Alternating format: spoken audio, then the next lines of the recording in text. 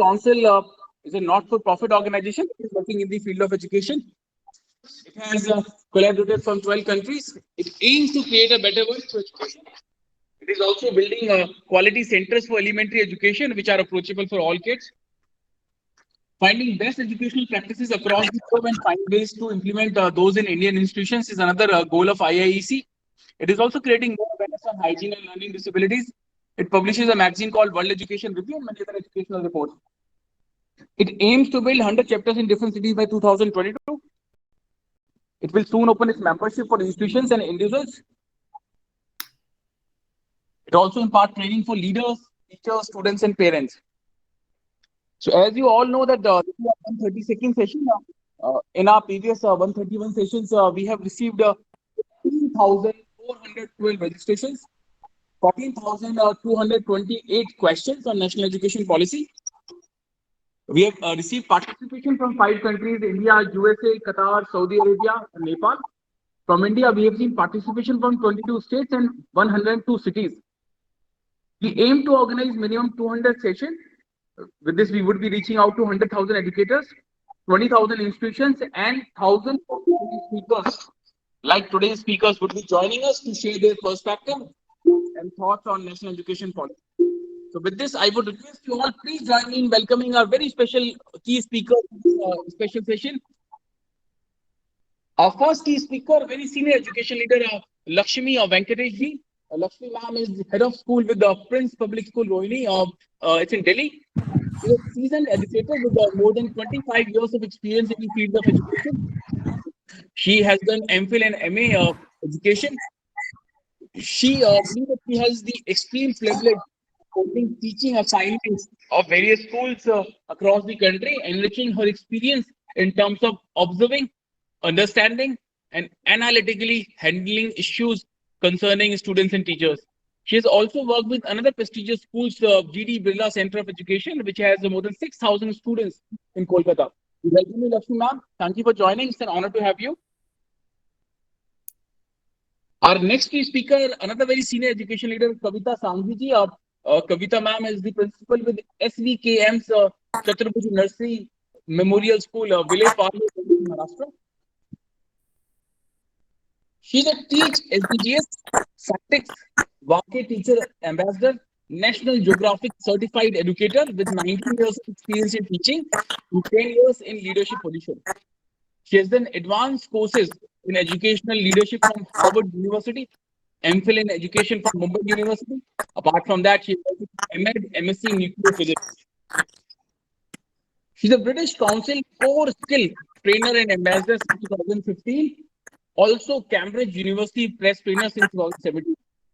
She has trained teachers across India in both national and international boards for STAM, core skills, and Cambridge curriculum. In Mumbai, she has trained teachers of Billabong, Podar International School, Universal, Ram Ratna, and Bombay Cambridge School for Cambridge Math and Science Learning.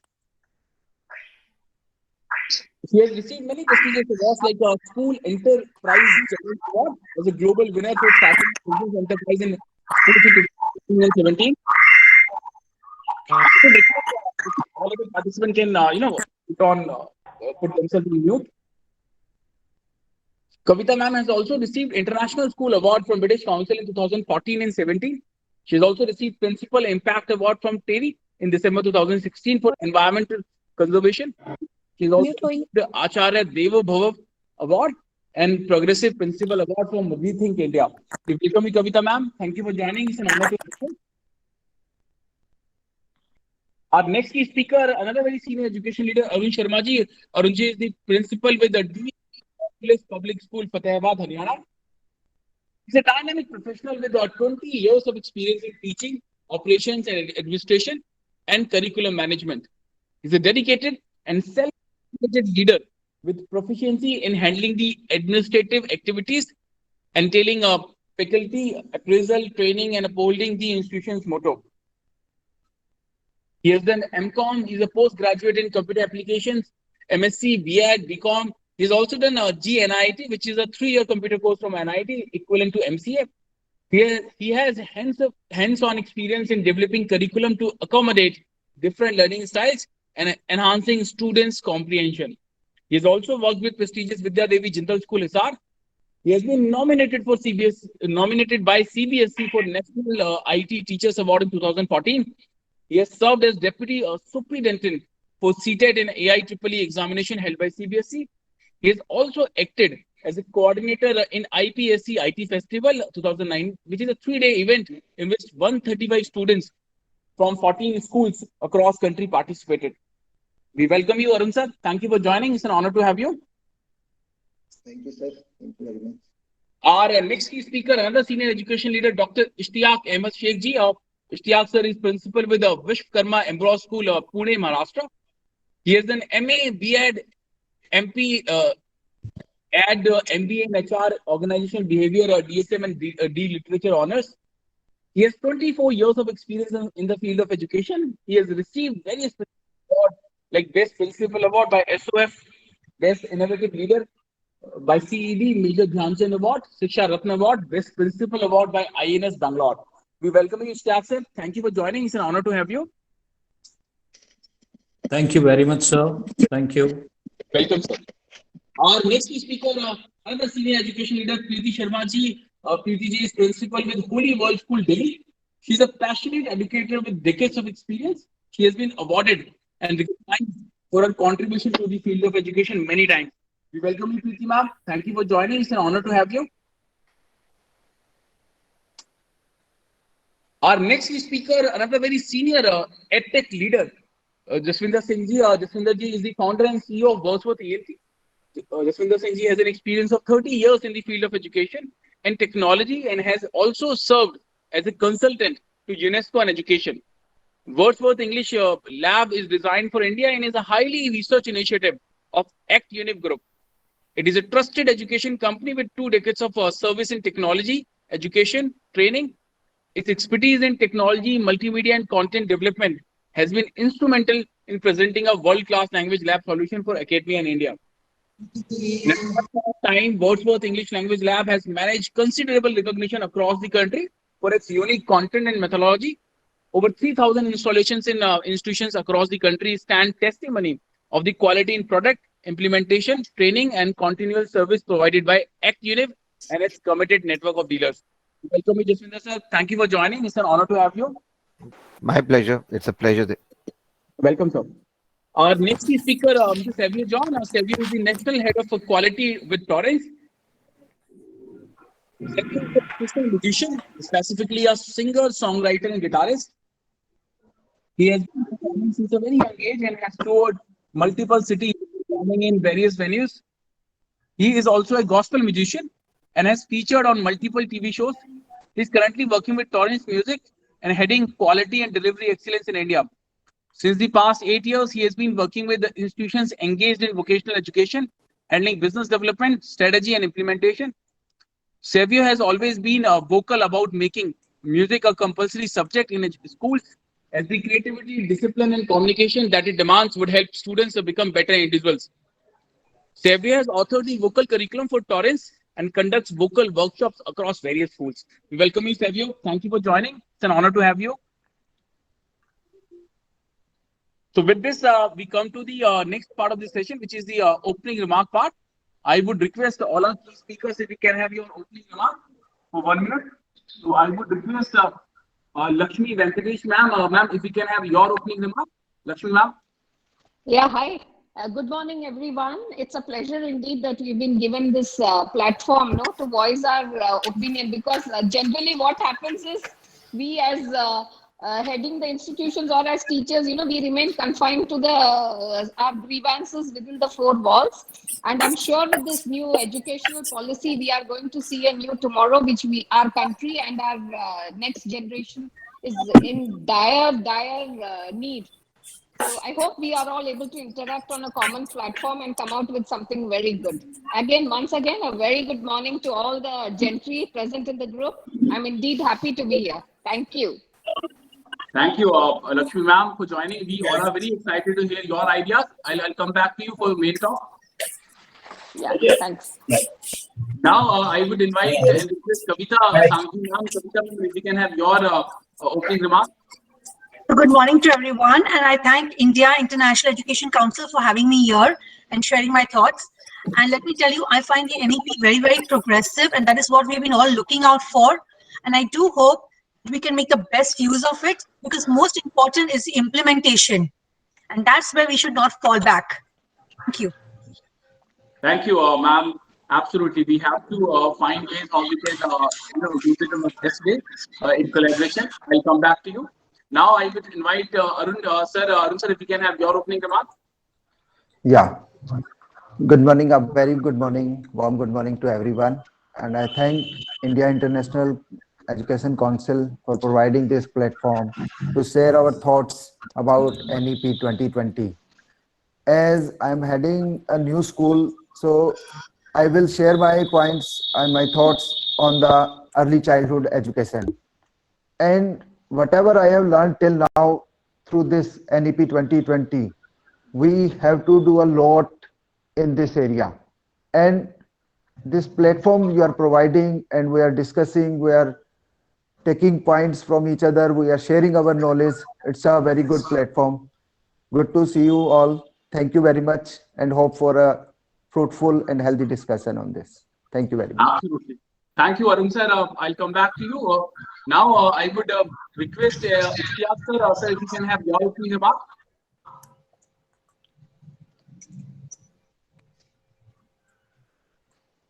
Ishtiaq, sir, do we have your wishes?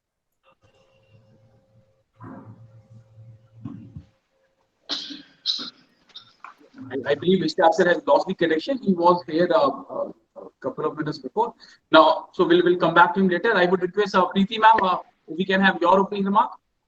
Yeah, a very good morning and a warm wishes to all of you. So it's a great experience sharing thoughts, exchanging thoughts, and the knowledge we all are having. So it is a wonderful experience, and the change is always required, as we know that for the development of the society, it is important that we all should welcome the change. So NEP is something remarkable, and we all are expecting the draft we got from the side of government. So we are expecting the new change will help to give them skilled based education. So let's see, and I'll be sharing my thoughts about the challenges we are facing in 21st century and the other expectations. Thank you.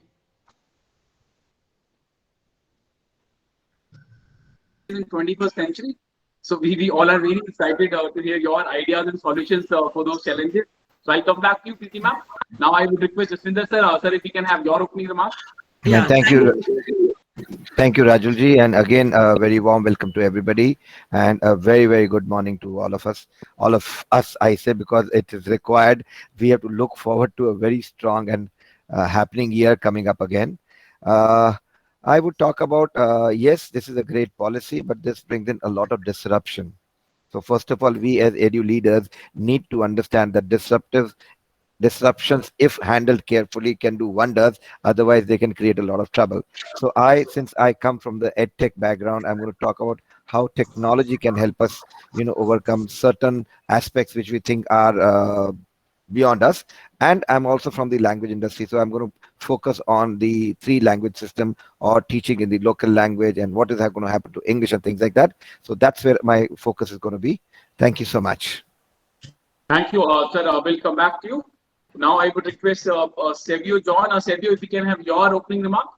Thank you, Rajulji. Thank you for having me over. It's really a privilege to be present in the midst of such esteemed educators. I would be speaking on the importance of music and how it could add value to the lives of students.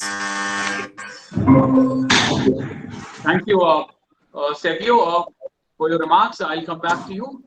You bring a different kind of, I would say, a perspective to the entire discussion. So with this, we come to the next part of the session, which is the main talk session. Just for the connection lose हो रहा है net का. I would just check if we have Ishtiaq sir. Ishtiaq sir, have you joined us back? Yes, sir. Yeah. So welcome back, sir. Sir, if we can have your opening remark before we come to the main talk part. Ishtiaq sir. Yes. Thank you, Rajuji. Thank you very much, and a very warm good morning to all the educators here. I'm delighted. I'm very happy to have this on this particular platform to have a discussion regarding the NEP, change in the law of life that somebody told just now before me. I could hear here. And really, it's a great honor to have it here. And the NEP is going to bring a kind of a change in the educational fraternity. CBSE is taking lot many webinars. People from all over India, they are taking different types of webinars and everything to bring down this kind of a change in the educational fraternity. And moreover, the 10+2 has now changes to 5, 3, 3, 4. So first 5 years is really is going to become very important. And in that, it is mentioned there, it is going to be the regional language through which the children are going to get the education. So I look forward to it. The main part for it is the implementation part of it, how it is going to get implemented and how it is going to take it forward. And once again, thank you, Rajuji, for having me here. Over to you. Thank you. Thank you, Ishtiaq sir. Absolutely. We all agree with you, sir. Execution is going to be the key. And, we all are trying to find those ways and solutions, how we can execute it in a proper way. Big thanks, Ishtiaq sir. I'll come back to you. Now, with this, come to the next part of this session, which is the main session. So I'll come back to all three speakers for their main part. Each speaker will get 8 to 10 minutes. Before I know the first speaker, I would like to share the learning which we have during the last 13 sessions. There's lots of sound. Almost every participant, who participated, shared that this is a wonderful document.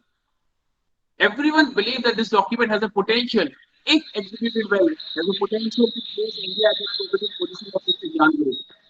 But at the same time, same number of participants share that this is going to be very, very difficult to execute. This is such an ambitious document. A lot of people, as I said in the beginning, citing the example of CCP, how it was failed due to poor execution. Many believe that teachers' training is going to be a key concern area. Many others believe that teachers' training is a concern area, but the bigger concern area is lack of intent among teachers to get training. A lot of people swear that finance is going to be a key concern. Many believe the educators participated in an assessment that good schools in urban areas already implementing some of these ideas. The biggest challenge would be for rural school, government school, and budget schools. Many people also, shared their assessment that this pandemic has exposed the poor distribution of digital infrastructure in our country. So this is going to be another challenging area. So I would request all our three speakers that while sharing your remarks, while sharing our perspective on NEP, if you can also suggest some ideas, some best practice which you are implementing in your school, so that we all can learn from each other, that then this session become more useful for all of us. So I would also request all the speakers to, keep that time limit in the mind so that we have sufficient time in the end for the questions. We have already received more than, 150 questions. So the more the time we would have, the more the questions we would be able to present before you. So now with this, I would request our first key speaker, Lakshmi Venkatesh ma'am. Lakshmi ma'am, over to you. Your ideas. Hi. Yeah. Hi, good morning all. Actually, you know what, let me begin with a with a good quote, which I thought would be actually enlightening for all of us. Like, if you plan for a year, let's sow rice. If you plan for a decade, we plant trees. And if we plan for a lifetime, we really need to educate our people. And that is the real need of the hour, if you see. Education is a dynamic, right? It's a dynamic process, which we can say, which keeps changing with the society. Now, if you see, the process of education has always been linked with the need of the society of that hour. So we can actually classify it on the basis of ancient period, the Buddhist period, the medieval period, the British period, and the post-independence period, right? So that is the classification. And now let's come to the post-independent, that is the current period. And now I would like to enumerate on the very key, the foundation on which all the education system is going to be on. Why literacy and numeracy? Its expectations, impact, implementation, and shaping the strategy. if you put it, it's such a wide diaspora of thing which we can talk on. Literacy and numeracy. If you say, what does it mean? So I would like to, concentrate, focus on the way in which we are going to approach. Like my plan would be actually to explain what literacy and numeracy actually means in the present day context. And then what are its, why do we consider it to be so important? What are its elements we constitute? What is the current scenario and why do we need a change? And whatever the change which has been ushered in by the national education policy, how are we going to implement? I perfectly agree with the implementation part, which is very, very weak in our system, right? So literacy, if you mean, there was a time when literacy was restricted, that mere signing, you considered a person to be literate, right? It changed over time, and reading and listening, right? Which are the two skills. We consider them, okay, if a child can read, if a child can write, if a child can understand, we say, okay, that child is literate, right? Now the question in the current time is learning, and that is the literacy. How do you integrate? We need to integrate reading and writing with speaking, listening, viewing, and above all, promoting a critical thinking, such that when we communicate, right, when the communication happens, we communicate in a parlance where the other party understands what we want them to understand. Primarily, critical thinking is what gets promoted with what we say as literacy. Now, coming to numeracy, obviously, it is a fallout of the game numbers, right? Numbers now restricted just to addition, subtraction, multiplication, and division, right? What happens with that? We use these basic qualifiers, mathematical qualifiers, to perhaps evaluate our day-to-day living and help us in carrying on with our agenda of day-to-day living, right? Now, when you integrate this with the daily problems, what do you develop?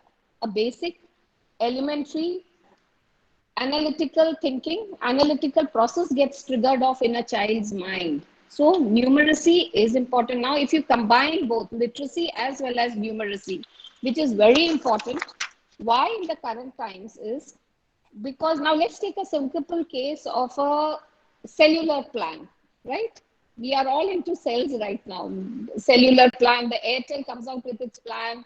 Vodafone comes out with its plan. Now they are merged with Idea, so they come out with another plan and all. So what happens? Why do we say this literacy and numeracy is so important? Because obviously the understanding of the plan, that is important, and numeracy gains its importance because you are quantifying the benefits which you are getting. So when one qualifies, the other quantifies. Obviously, it has to be very important in today's education system. Where do we start? We start from the school.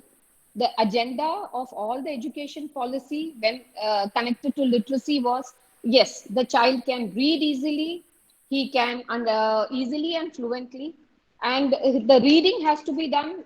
It could be for pleasure, it could be for information. It could be like, how do you introduce a good reading or language ability, introduce vocabulary, understanding the grammar, appreciate the culture of the place, coherency in writing, that was required, right? And elaborate. A child is in a position to elaborate and explain. That is what we were taught when we were told, okay, B.Ed, and this is what, when we come to the literacy part.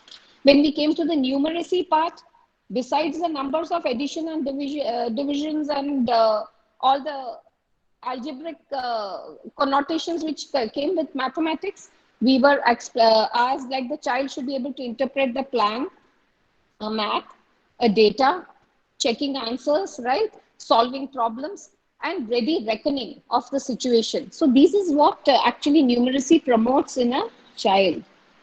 This is the situation. We all went in for reading. We all promoted writing. But what is the reality? And why do you think this literacy and numeracy is so important in the current day context? So I'll tell you why it is important. Literacy, now we have bottled it to a very, what do you say, a theoretical fashion of calculations, and another is of understanding. Reading, writing promotes critical thinking, and obviously the need of the 21st century, a good communication, right? Unless a child cannot communicate, how can we evolve a successful person? Can we make that child employable in the years to come? Right? So, what is reading and writing? Is it just merely understanding the word, deciphering the words, and just passing off? So, the skill. And if you see in the Indian diaspora, what happens? There is a multitude of bilinguals. Every state has, in fact, every state can further be divided into another linguistic patterns. So the question is, where are we going to find a common medium for educating a child? Which is the language which we are going to adopt? That then numeracy, when it comes, obviously it is numbers. It may not need a language. Yet a language backing is required if you have to understand a problem. And once you understand the problem, the interpretation of the problem, the solving of the problem, the baseline of all this comes from understanding the numbers.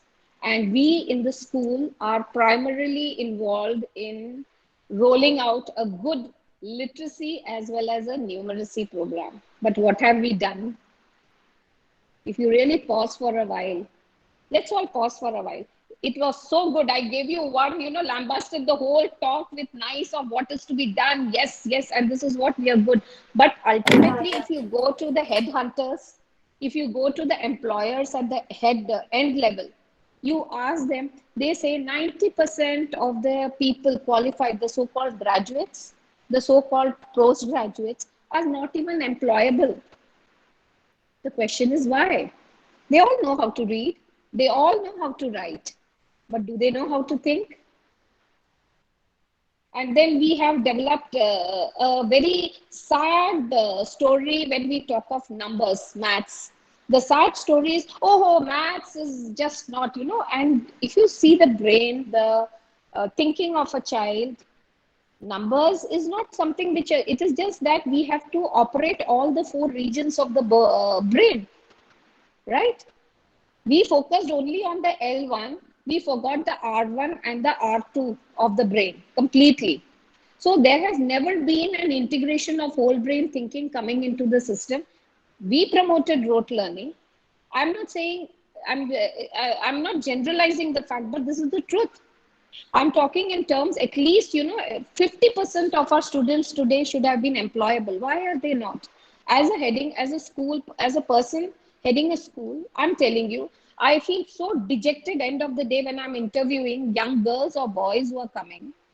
They all come with a fantastic net cleared, right? Net clearance is there. They are highly qualified, coming from reputed college, but the basic thing is missing. You employ them for the college. That initiative is missing. It is not like they're not little babies, we have to explain them. So what was missing in all this element is a very sad thing. Now I come to the actual facts. Now here I think I'll do some bit of a reference in connection to this. So perhaps I will have to look into the data which I've assembled for the talk today. And if you see the situation of India today, all of us, see, it says 1 in 10 children in Indian school are the only people who can qualify for reading and writing. Imagine that is, in fact, this also is a very ambitious figure, which I'm portraying. I'm saying this is talking on a positive. That means out of every 10 literate children, only one can read and write correctly. Then the literacy skills of students in primary school, which has been measured by the National Assessment of English, have not improved beyond 30 years, since the past 30 years. There has been no improvement. I'm talking purely on English medium education. I'm not even touching the government schools. I'm not even touching the other fringe schools. I'm talking of English medium schools, which includes the private schools, the other government schools also. Obviously, many of them are there. So pure English schools I'm talking of. This is the figure, and how sad that can be. Employers and third level institutions have consistently been critical of the standards of literacy of students, right? Especially in the post-primary education. There has been decline in the performance of post-primary students in international literacy tests. And if you take the PISA test which was conducted, out of the 73 countries which participated, it is so sad our country was 72nd. And we say with the right to education, we say we call ourselves literate. How sad that can be, right?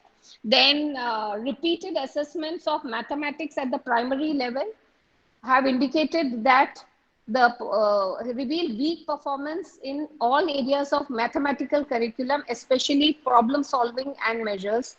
Then we have the proportion of students who are studying at mathematics at a higher level in post-primary is disappointing. That means we hardly have any. About 1/5 of our students who qualified even the PISA test in the numeracy level, they all crashed. So obviously now we as educators really need to think as to how to go about this whole situation. Don't you think? Right? So somewhere I think if you really look into the basics, when do we introduce these kind of things with this 5+3+3+4 system which has come in, which is idealistic, very idealistic. Obviously that 5 years means we are going to give more importance to ECCE, right? Those primary years, right? And when you have those primary years, these are the years when the learning ability of a child, we all know about it, is the maximum. The creativity of a child is at its epitome, we can say. The child absorbs. The language skill and the ability of the child during this period is the best. So this is the time when we should be focusing on, and which I'm quite glad that the National Education Policy considered it and extended it to a good 5 years. That's a very good thing, so that at least the foundation which we set is going to be good, right? And I'm just coming to the education policy, which has taken into account all the drawbacks and the fallout of our system of education in the past. Yeah.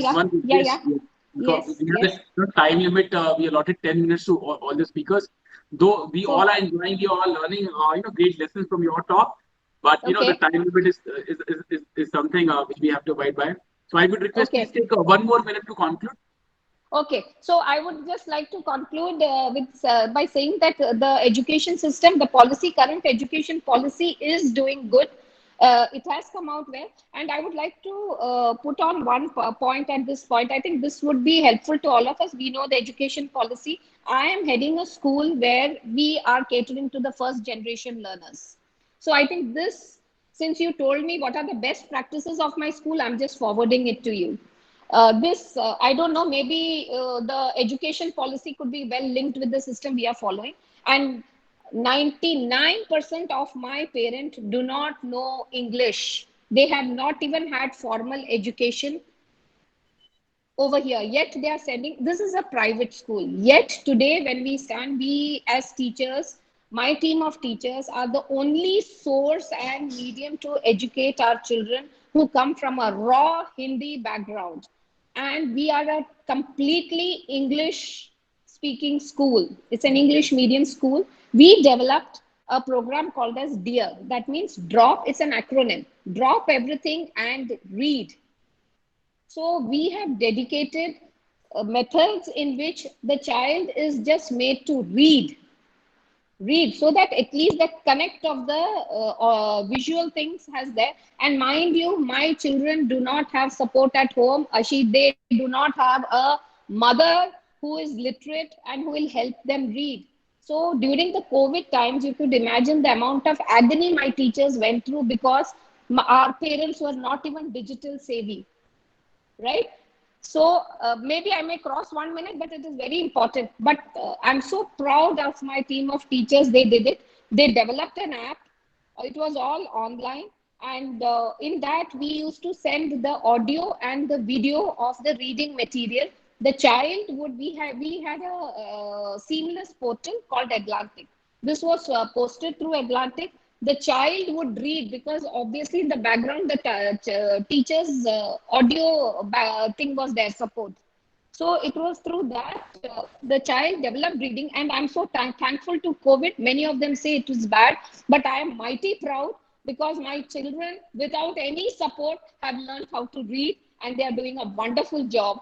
And my teachers have become so innovative. They develop means with a singular impact that yes, we need to make our children. That was our only agenda in the whole year, that we will only educate our child in terms Right. of reading. Yeah. Then we had another program called ME, that means mathematics empowerment, wherein simple calculations, speed maths, Vedic maths, we just introduced, and it was more of a fun activities. So through that, the numeracy level of my children have improved substantially.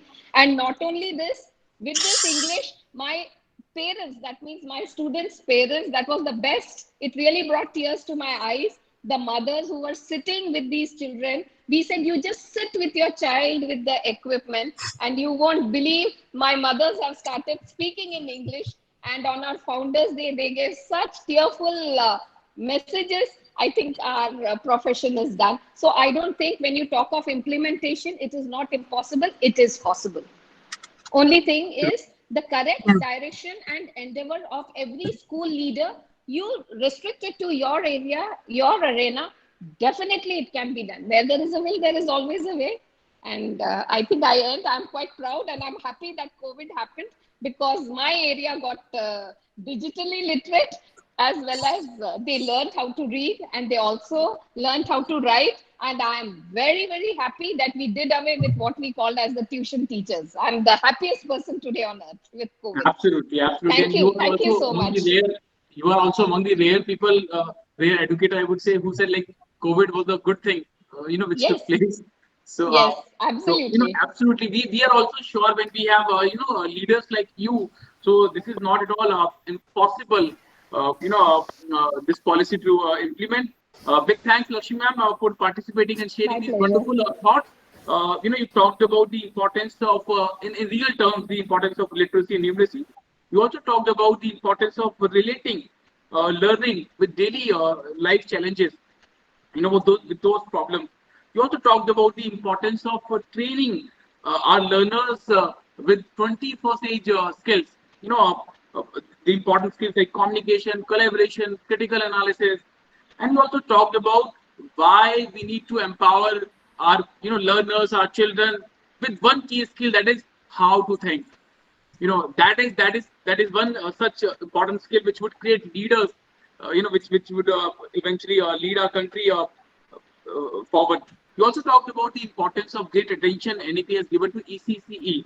In fact, after organizing so many sessions, we believe that one thing this NEP has already achieved, that is, it has already created that mass awareness about the importance of these early years. Now, a lot of people, not just the educators, in fact, general people also talking about the importance of those early years.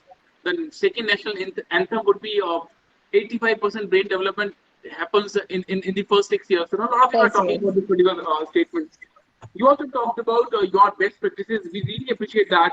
These were, I would say, not out of the box, simple but very effective. And this is further, I would say, motivate all of us, just to go out of the box, just to think about those kind of things with our parents in collaboration, how we can improve entire thing.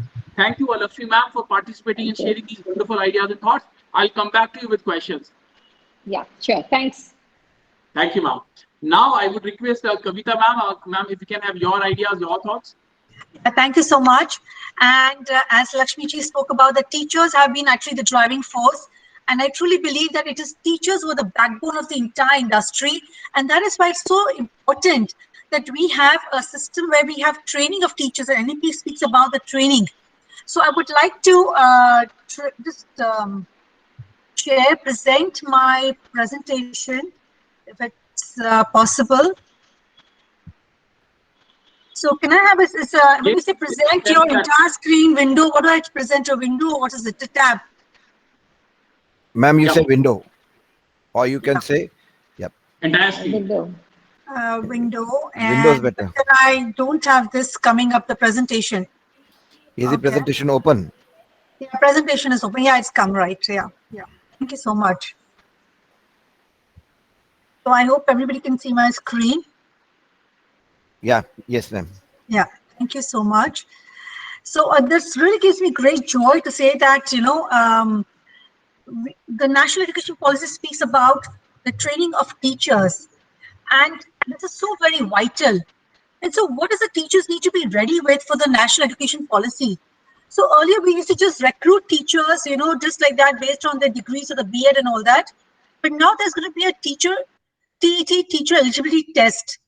Your NTS test scores are going to be very, very important. So that is very vital that we have that as a starting point too, along with the B.Ed.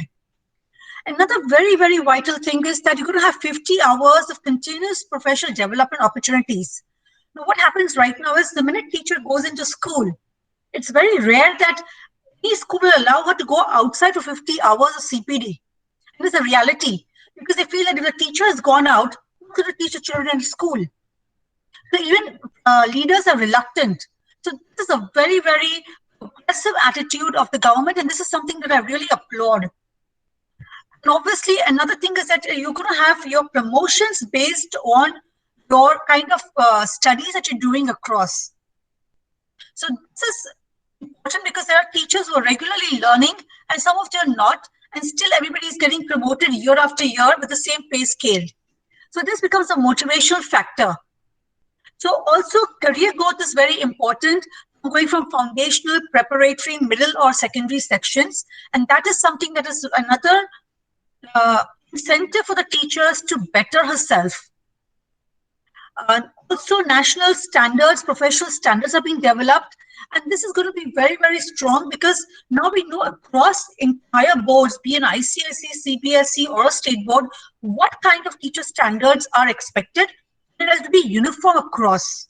So I would request the teachers that now start studying those National Council for Teacher Education standards going to be coming across because you have a better role clarity.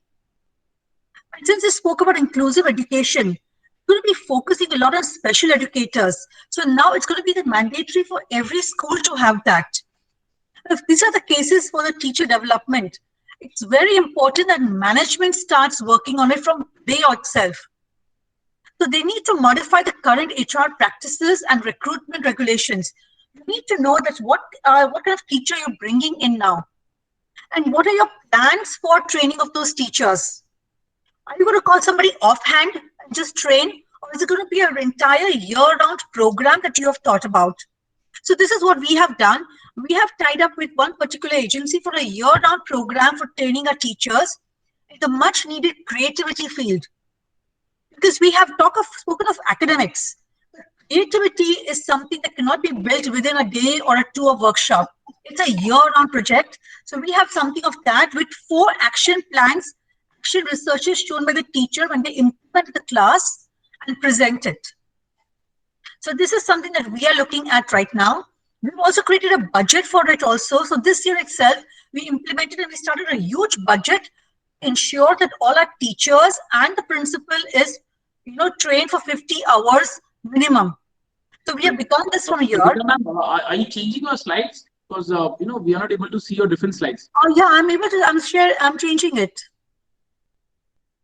What are you able to see right now? It's just your first slide. Oh, that's so sad. Because, I've been changing it here. Let me stop sharing and share. Ma'am, I'll tell you, you got 2, I think. One, you have actually the file itself, and the other one is you have done the view. And what you have shared is the file and not the view, and you are changing the view. So you got 2 things open for PowerPoint. If you go to Windows, you'll see 2 of them. Okay. Right. So what you need to do, either you need to share the right window. Okay, this is share. So window, I'm done with the window. Yeah. You see this now? No. Yes. Yeah, this is I think the 3rd slide or something. Yeah. Try to change the slide. Try to change the slide. Yeah. Yes, now Yes, it's working. Yeah. Yeah. So earlier you had shared a different file. I just forgot to inform that Jaswinder Singh sir is the unofficial IT partner for the education. And I'm so happy that he's there to support me. That's really, collaboration. Thank you so much, sir. So this is what I was talking about, expectation from management. And this is what I was sharing about, that what we are doing currently in our school to make sure that we are ready for the NEP also.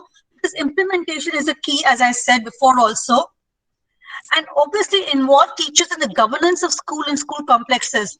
So right now itself, we have started taking Google Forms and we've asked teachers, what is it that you wish to be trained for? Because this entire COVID period made them techno savvy. But beyond that, there's something else that you require. And they've been telling us, okay, we need to know more about, PowerPoint, making more about videos. We need more about how to collaborate on an online platform. So now we're taking the teachers' needs and creating a year planning on that. Also for the management, you need to start working on the current appraisal programs also to ensure that how is your teacher progressing from year onwards, even salary-wise, promotion-wise, whatever it is that you wish to give. And yes, also make sure that you've trained your special educators to offer inclusive education to every single person. So this is what we were talking about when it came to, I think I've stopped sharing now. So this is what I was talking about when it comes to professional development of teachers. And as I said, I have put in what we are doing in our own school right now to make sure that everybody is strong by the end of the year. So thank you so much. Thank you, Kavita ma'am, for sharing these wonderful ideas and thoughts.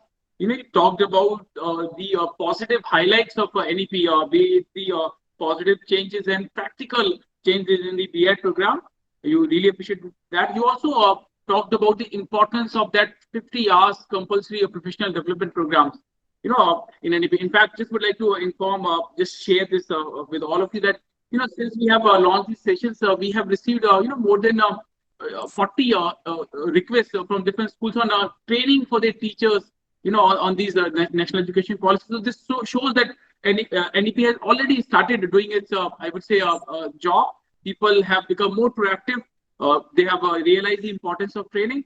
So you also talked about that. You also talked about the expectations from management and why they need to empower their teachers, their learners in the right way. You also talked about, why as an educator, we need to empower our students, our learners, so that they can find their own solutions rather than just, going for seeking solutions from their teachers. So big thanks, Kavita ma'am, for sharing these wonderful ideas. I'll come back to you with questions. Thank you. Thank you so much. And now I would request Arun Sharma sir. Arun sir, if you can have your ideas. Yeah, once again, warm good morning to everyone. Sir, as I have already told, my topic will be childhood care, early childhood care. As far as early childhood care national challenge is concerned, I want to ponder upon a fact that the sensitive period in our early brain development, according to studies, is up to 6 years. Out of that, the first 3 years are preschool years and the next 3 years in school. And 85% of a child's cumulative brain development occurs prior to the age of 6.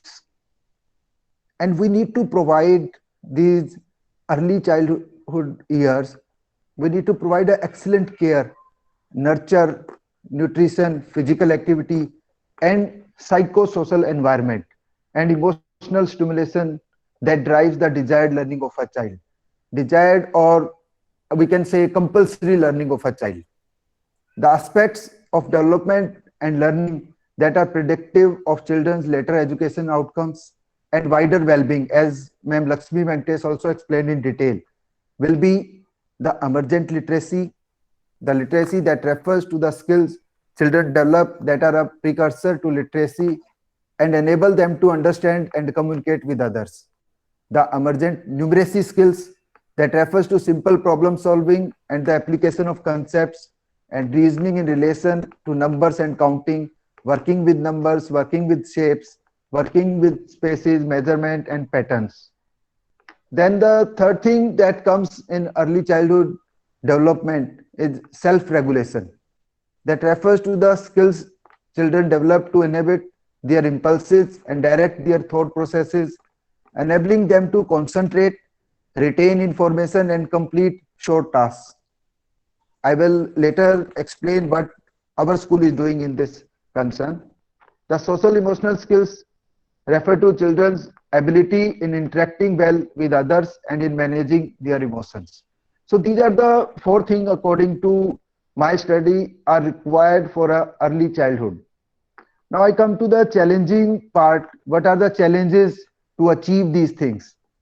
One thing is finance. For the tools and for the infrastructure of the early childhood, we don't have that much of finance in private schools, also in government schools also. The second challenge is the teaching workforce.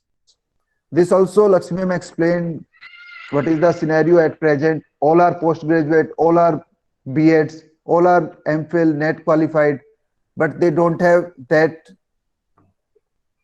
caliber to work with these early children. The third challenge comes parents. I appreciate Lakshmi ma'am how she has trained, as she explained, 99% of the parents are not educated. Then the curriculum, we don't have any national curriculum framework and regulatory body for the ECCE. So what we need to done, how we will achieve it? We need to set up a kind of environment where each child secured, each child is valued, respected, and feels safe and secure. Environment which enable a sound foundation for physical and motor development.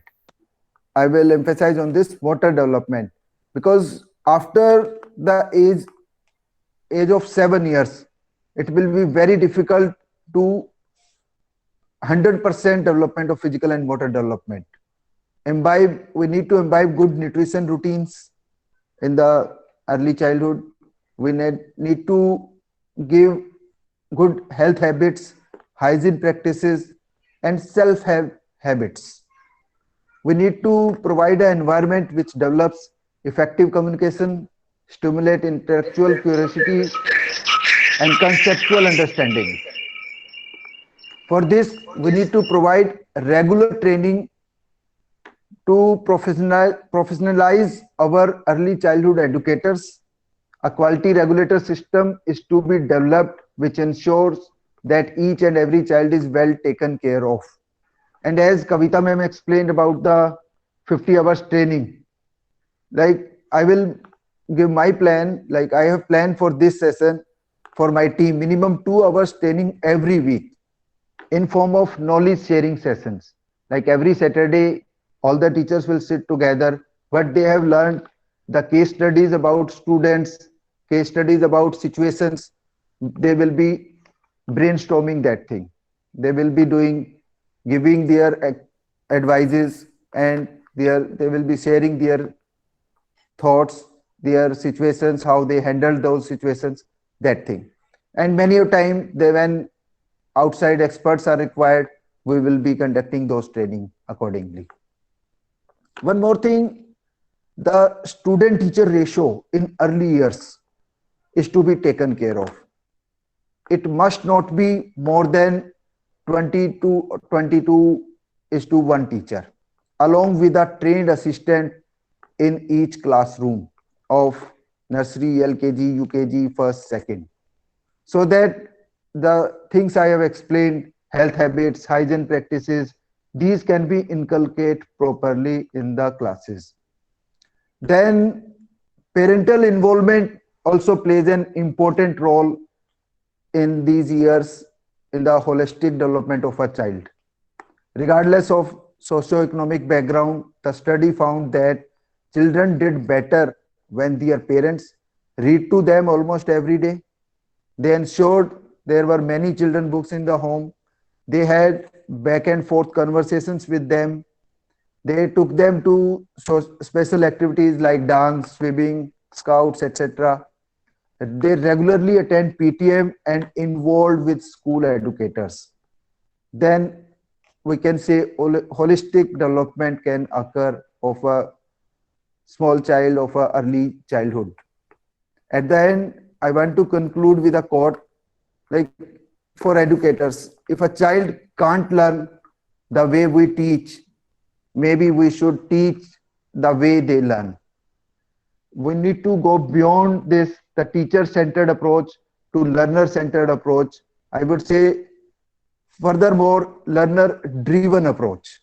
We need to take that approach. Only then we can say our NEP will be successfully implemented. Now, I want to share 2-3 things which we do in our school. In our school, we teach chess to each and every student. It is compulsory for every student to learn chess. We have made a room specially for chess. We have made small stools, pasted chessboards on them as stickers so that their time will not waste. Then the second thing we do, yoga is compulsory.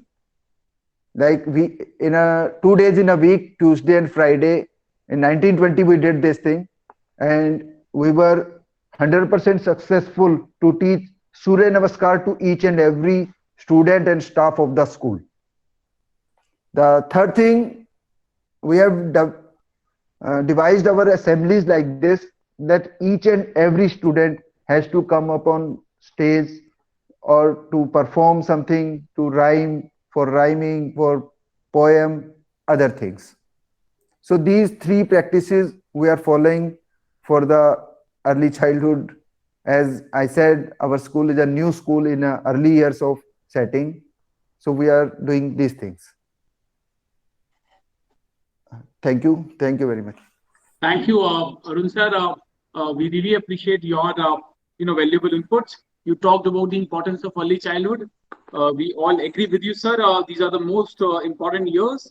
You also talked about the importance of taking care of all aspects of our child, of our children, be it health or, the mental health well-being.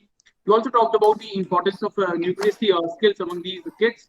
You also talked about the importance of inculcating socio-emotional skills among these children.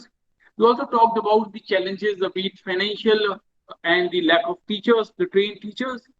You also talked about the importance of setting up right environment, for building up these skill set among our learners. You also talked about the importance of regular training to empower our teachers, our trainers with the right set of professional skills. And you made a very important assessment that holistic development can take place only when there is a proactive collaboration between teachers and parents. And you also talked about that we should, and this NEP is also emphasizing upon that we should go for the learner-centric approach. And in the end, you shared wonderful 3 best practices. Compulsory chess, I'm hearing for the first time that, any school has made it mandatory. So this is a wonderful thing. I'm sure Jaswinder sir has a far bigger experience. Sir, have you ever heard of any school who has made chess compulsory? Yeah, there are some schools who actually tied up with this person who's a chess grandmaster, and they do that in the southern part of the country. But I have heard of a couple of schools doing that. But this is great because this gives them a chance to start learning how to think analytically, learning how to think logically. So your critical part actually comes here, and you know how to plan your future moves. So I think this is a great move, sir. Kudos to you. Wonderful. And it doesn't, Thank you. Rajuji, Thank you, Rajuji, if you allow, Rajuji, can I interrupt? Yeah. Can I add something into that? Please, sir. Please. Like you asked exactly, okay, is there any school? I can say proudly here in Pune, Talegaon area, even my school also have a national referee, national umpire who's coming here to give the coaching to my school. I have the students from grade 3 onwards compulsorily going for the chess. Wonderful. This is really very good, part from my side also. That really, I'm happy, Arun Sharma sir, that you are also doing the same thing. So Even my school also I have competition between JV Yeah, definitely on chess. we are Chess.com, we conducting can do that school live. competitions also based on that. Yes. But do we all know that chess was invented in India? Yes. Yes. Yes, sir. Yeah, I know so very that's yes, great. that. We need to be the foremost. Yes. It is our own invention. Yes. Yes, absolutely. yes, yeah. So thank you, Arun sir, Ishtiaq sir, Jaswinder sir. Big thanks, Arun sir, for sharing these important points. I'll come back to you with questions. And now I would invite Ishtiaq sir. Sir, if you can have your ideas, your thoughts. So we have already learned about one best practice in your school. So I would request you to share other best practices now. So I would request Ishtiaq sir. Over to you. Yes, thank you, Rajuji, first of all, and thank you, Arun sir, that you have mentioned something related to the chess, which I exactly wanted to share from my side. That my school is one of the schools in my area. We are conducting many activities in the school. One is the chess, which we have made it compulsory for the students to learn this thing, and we are having the competitions of in the schools. We have specifically made some kind of activity rooms. We have art gallery wherein the children they come and explore their activities. We have the music room specifically where we have dance room. In the dance room, we have two different parts. We have got uh, Western as well as the cultural dance, wherein the girls they are learning about the cultural, that is Indian style, and the boys they are learning about the Western dance here. Now, I'm very much thankful to Raju sir taking a lot of efforts and then conducting the 132nd leaders talk here, and he's trying to spread all over India the implementation of an NEP and the discussion about the NEP and all. So, and the question he has asked, I'm very much happy that what are the practices you all are doing there in your school. So the first thing as a principal, I personally feel that I have to understand exactly what is NEP, and based on that, I started attending many webinars, seminars, and many more things. And CBSE started conducting. Anurag Tripathi sir and other people, they started conducting certain things about the NEP implementation, how it is going to be there in the future. And after that, the COE, Center of Excellence, the Pune region also started certain steps they have already taken.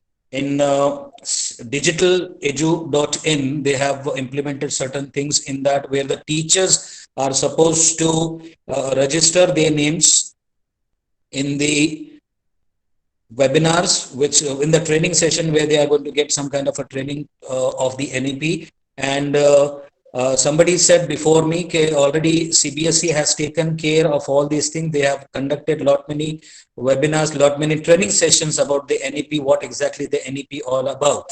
It was 10+2 in the beginning. Now it has come to 5+3+3+4. So in the beginning, what I spoke something about the preschools, those who are running in the areas, they should be made it aware when we are approaching the preschools exactly to know about NEP, whether they are aware of all these things. So they are telling, sir, we don't know anything about NEP because we have not got any kind of a circular from anybody. So I started making myself aware that I should be reaching to these preschools. Even I do have the preschools in my school, and I am having many in-house trainings as well as the training from the outsiders. I'm very happy that I have one CBSE resource person in my school working as academic director, Dr. Sita Lakshmi, who is giving many training to my pre-primary teachers as well as the primary teachers, and introduced the NEP, what exactly it is going to be all about.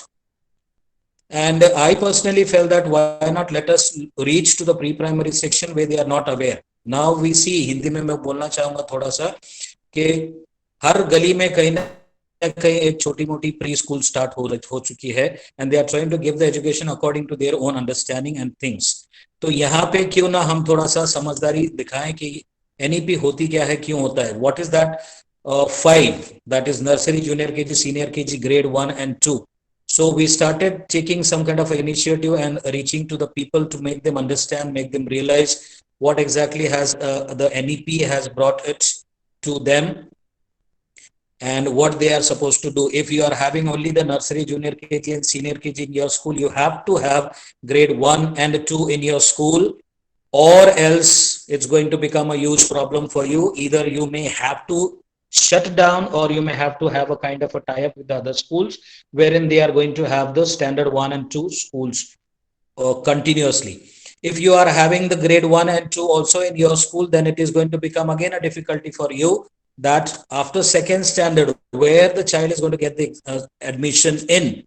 क्योंकि second standard pass out हो जाने के बाद when the child goes to the third standard, hardly there are any schools those who give the admissions in the third standard there. So I am trying to make them understand all these things. And the main thing is my school is there in the rural area. And this but first 5 years, nursery, junior KG, senior KG, grade 1 and 2, it is mentioned there कि अगर आप local area, regional language में आप education देना चाहें तो दे सकते हैं. That was a good part actually speaking, because there is no hard and fast rule where a child when it's going to the school, the mother has to think that आपको English में नहीं आता है, आपको ABCD नहीं आती है. Why so much of botheration going there on the students? Psychologically, I also felt that really we should not be bothering so much to the students, or we can call it the children of the age of 3, 4, 5. So wherein that is their age to run about here and there, do certain activities which they require play. We call it as the play. It is their age to play. खेलना पसंद होना चाहिए. So because of that, actually speaking, I was having the play group also there in my school here. No, then afterwards, slowly, I started thinking exactly what is the meaning of the term play group. जहाँ पे 2 साल का बच्चा है, school में आएगा, 2 घंटे सिर्फ खेलेगा, कूदेगा और चला जाएगा. So why not that particular time? Let him enjoy and run about here and there, play with the family only. Quality time he should be using it there in his family. That becomes easier. वरना यहाँ पे आने के बाद में कुछ restrictions होते हैं, यहाँ पे आने के बाद में कुछ हादसा होता है, तो it becomes little problem for the child.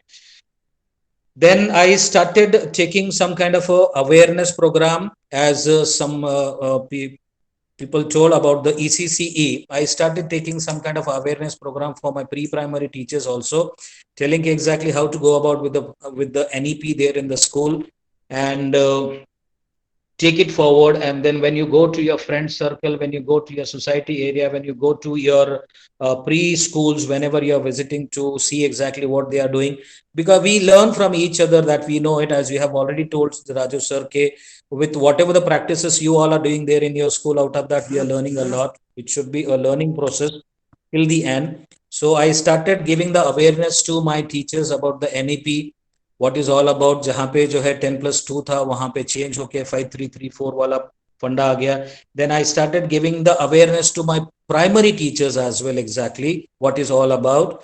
Then awareness has to be taken care in the parts of the parents. That is also very important, which I'm going to do it today onwards. I'm going to have a kind of a session with the parents. What is all about the NEP, what is going to change in your this thing, regular life and the child's life there and that. And I have to have a kind of awareness given to my staff who all are there, where exactly they have to talk to the new admission when the parents are coming and asking about the admissions process in the school and all. Lot many activities we are conducting, but we have to have that particular desk also having an awareness to give it to the parents when they come to ask about what is all NEP all about.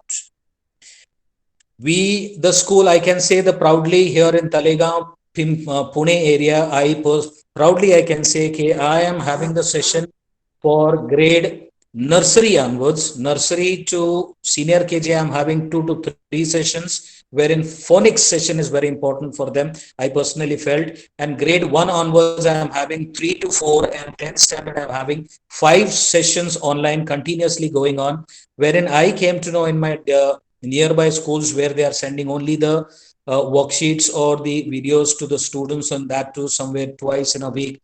So that is making me understand exactly how hard my teachers are doing.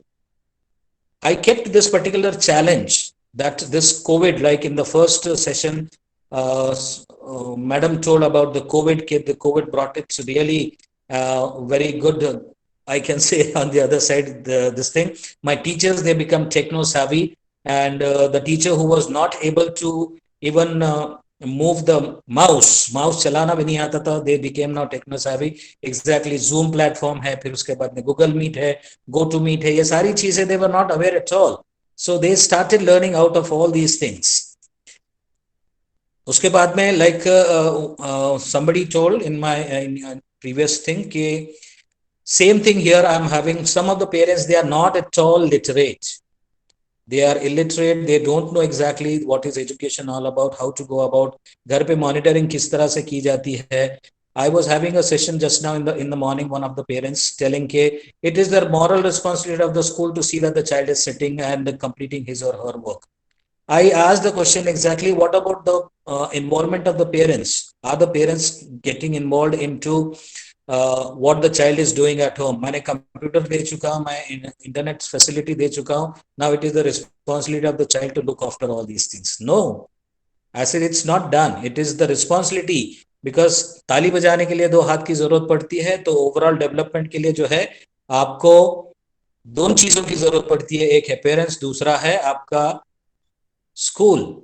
जब तक ये दोनों मिल के काम नहीं करेंगे, I don't think so the overall development, we call it as, is going to happen in the child. So we have to have the monitoring from the parent side, which is utmost important at this particular time, because everywhere only the education department is going online. Otherwise, if you see, other things are there physically running. Now we came to know that 31st of March, till the 31st of March, the school is going to get closed.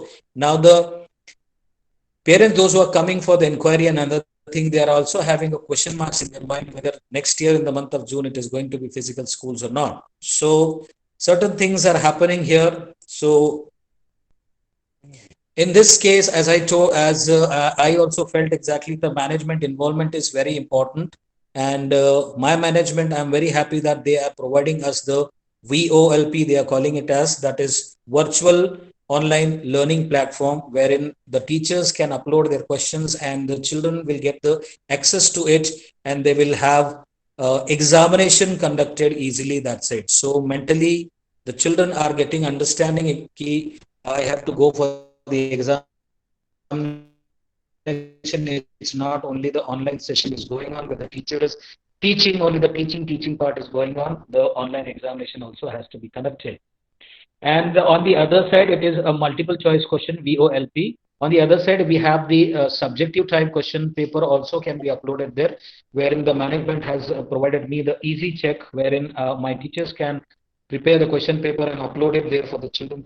Children can access it and write down. So it's not that in the online session, the children are at home, so they are not going to write anything. Yes, we are giving that kind of a practice also to the children, that if even though you are there at home, you have been given a kind of a writing material so that you have to study in, and we are going to assess you based on the pattern of the board, which we are following it there for grade 6, 7, 8. Even the children from grade 1 also, they are having a kind of a session, examination session there. And here proudly I can say, Raju sir, I'm really very happy, proudly. My teaching staff, they are really working hard to bring about the education to the students in this pandemic situation, and the change what is going to happen. They are ready to adopt everything, and they are definitely looking forward to see what are the implementation taking place by the government for this NEP. Even I am also looking forward for the implementation part, exactly how it is going to go about. Right. Thank you very much. Thank you, sir. Thank you, Ishtiaq sir. I believe when we have leaders like you who have already started implementing their part. You talked about the utmost requirement is that leadership must understand NEP and its positive impact, and they must start training their teachers and parents, as you have already started doing. You also talked about one of the best practice in your school, where you made your proactive attempts to different preschool leaders in your vicinity, and you try to train them. That was very wonderful. You also talked about the importance of play-based learning, during early years, and how it can, bring that, positive results. You also talked about the importance of regularly training to parents about the importance of NEP and what is expected from parents, what is their roles and responsibilities. And you also made a very strong assessment, and we all agree with Ishtiaq sir, with you, that overall development of a child can take place when there is a proactive participation from both sides, from parents and from educators. Yes. And then you also talked about different initiatives your school has taken during this pandemic. So we thank you once again, Ishtiaq sir, for participating and sharing these wonderful remarks. Big thanks. I'll come back to your questions. Thank you very much. Thank you. And now I would request Preeti ma'am, if you can have your ideas, your thoughts on NEP, and the best practice yours you are applying as a leader in your school. So yeah, as they rightly says, we get to absorb more the visual we have. So I would like to share a small presentation.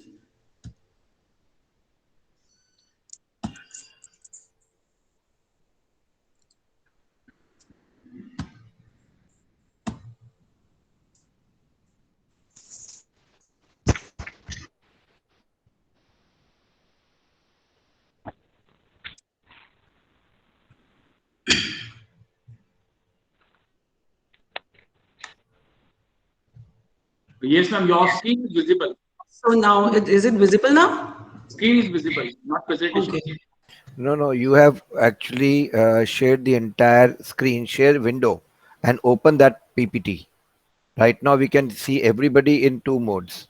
So ma'am, instead of Okay. sharing the entire screen, share window and then click on the slide that you want to share. So, You stop okay, sharing this right sure. now, stop presenting, Sure. then go to Thank present you. now, Okay. go for Windows. Okay. Thank You will you. get a list of windows that you can open, click on, right ma'am? So So one would have, can you no, not yet. You have to click on, now it's coming, yes. Okay, so now it's about teaching in 20. My topic is teaching in 21st century, expectation, challenges, and the solution. I would like to highlight few things. So, as Mahatma Gandhi ji rightly said, if we want to reach the real peace in this world, we should start educating children. And now this NEP is coming, so it's a big shift in teaching. It's a big change. So we should enjoy and embrace the change. Together we can change the world. Change is the law of life, and those who look away to the past or present are certain to miss the change. Now, this is the draft we all got from the Ministry of Human Resources, now Ministry of Education. As we can see that the earlier policy was 10+2, still it needs to be implemented. We have divided it, the ministry has divided it in 5+3+4. That is, current situation is that 10+2 structure in which policy covered schooling from class 1 to 10, which covers the age 6 to 16, and then classes 1 to 12, age 16 to 18. Now it gives way to 5 years of fundamental education, 3 years of preparatory, 3 of middle, and 4 years of secondary education. Now, other point is multi-stream, flexibility to choose subject across the streams, all subjects to be offered at 2 levels of proficiency, diluted board exam to test only the core competencies could become modular, object and subjective, and will be offered twice a year, multilingual, 3-language policy to continue with preferences for local medium of instruction till class 8, which is wonderful, I guess. Bag less days. Now, the policy also insisted that school students to have at least 10 bagless days in a year, during which they are exposed to a vocation of their choice. Now, for colleges like SAT like colleges test, National Test Agency to conduct common colleges entrance exam twice a year. Then there will be a 4-year bachelor degree. Earlier, it used to be 3-year. And no affiliation. Over the next 15 years, colleges will be given graded autonomy to give degrees affiliation with the university to end. So would deemed university status. Then again, a painful pinch for these private schools, as I belongs to one, the fee cap, proposal to cap fee charged by private institution of higher learning. There will be a proposal going global. Now, this is wonderful that top-rated global university to be facilitated to come to India. And above all, this policy states that top Indian 10 institutions also, they are encouraged to be global. Now, again, this is National Education Policy 2020. How much will be spent? There will be no separation. And the more focus is on this policy, I guess, which I have observed, I have learned, is the vocalization of education, which the policy is going to start from class 6 onwards. Now, the fragmentation is there, and teaching up to at least grade 5 to be in the mother tongue and the regional language, which as earlier few speakers said, that they belongs to the area where language is the barrier. So I think now it will be sorted out, but let's see, implementation part is something which is again a challenge. Now, what are the expectations? I would like to have highlight these expectations from global education. Successful education systems are student-centered and individually tailored. Technology, these days, this pandemic came down, and technology is the driver, I must say. And it is a driver and enabler of education. Without the technology, we could not handle this pandemic very well. Networks are essential to the level of playing field for all, which is again a part, but again, in this pandemic, it could not be possible. Leading by influences, yes, as we are here, we are talking to each other, we are taking suggestions, examples, and I must say, like, we are influencing each other, right? So again, we are leading by influences in essential in a complex system in today's time. Data must be captured and used to drive decision making, right? This, why the NEP is required is maybe like Lakshmi ma'am said, that there are conditions where students are not able to read, they are not able to write, which we are talking about very basic skills of our students. So data must be captured so that we can bring new rules and regulation. Education system must work beyond boundaries to involve all groups that influences learning, including the parents, partners, parents, and local community. Again, skills. We all have been talking about the skills in 21st century. So what exactly we are saying is 21st century schools. We recognize the critical need for developing 21st century schools. Yes, we accept it. And we accept that we need a change. However, we believe that enthusiastic education addresses the whole child, the whole person, does not limit our professional development and curriculum designed to workplace readiness. 21st century skill learns through our curriculum, which is again interdisciplinary, integrated, project-based, and more include and are learned within the project-based curriculum by. Then again, their collaboration is important, like for promoting the chess, Mr. Arun sir, that they have collaborated with the national level coaches are there, so we need to collaborate. Yes, this is a need of the time. Critical thinking.